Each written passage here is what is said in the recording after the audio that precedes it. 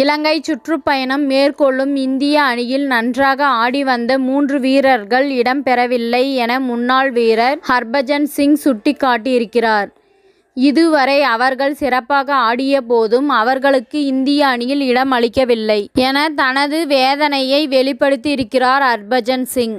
India மற்றும் இலங்கை அணிகள் மோதவுள்ள 3 போட்டிகள் கொண்ட ஒருநாள் தொடர் மற்றும் 3 போட்டிகள் கொண்ட T20 தொடர் அடுத்த வாரம் தொடங்க உள்ளது.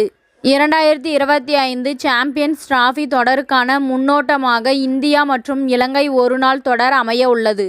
இந்த நிலையில் சஞ்சு சாம்சனுக்கு மீண்டும் ஒருநாள் அணியில் இடம் அளிக்காதது பலரையும் வியப்பில் ஆழ்த்தியுள்ளது. நீண்ட காலமாக இந்திய அணியில் வாய்ப்பு இல்லாமல் இருந்த சஞ்சு சாம்சன் கடந்த ஆண்டு தென்னாப்பிரிக்கா அணிக்கு எதிரான சதம் அடித்திருந்தார். அதனால் அவருக்கு இந்திய ஒருநாள் அணியில் இனி வாய்ப்பு கிடைக்கும் என கருதப்பட்டது. இதனிடையே 2024 T20 உலக கோப்பைக்கான இந்திய T20 அணியில் சஞ்சு சாம்சன் இடம்பெற்றார். இப்போதும் இலங்கை அணிக்கு எதிரான T20 தொடரில் அவர் இடம் பெற்றிருக்கிறார்.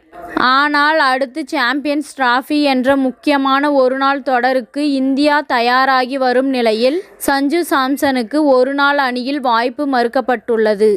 அடுத்து எந்த காரணமும் இன்றி யுஸ்வேந்திர சாகல் கடந்த 1.5 ஆண்டுகளாக இந்திய அணியில் இருந்து புறக்கணிக்கப்பட்டு வருகிறார். அவருக்கு திடீரென 2024 T20 உலக கோப்பைக்கான இந்திய அணியில் இடம் அளிக்கப்பட்டது. அவர் மீண்டும் இந்திய அணியில் தொடர்ந்து இடம் பெறுவார் என்று நம்பிக்கை எழுந்தது.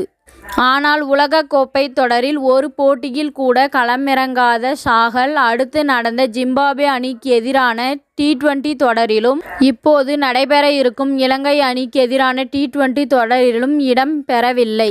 அவரை மீண்டும் BCCI புறக்கணித்து இருப்பது வெட்ட வெளிச்சமாகி உள்ளது.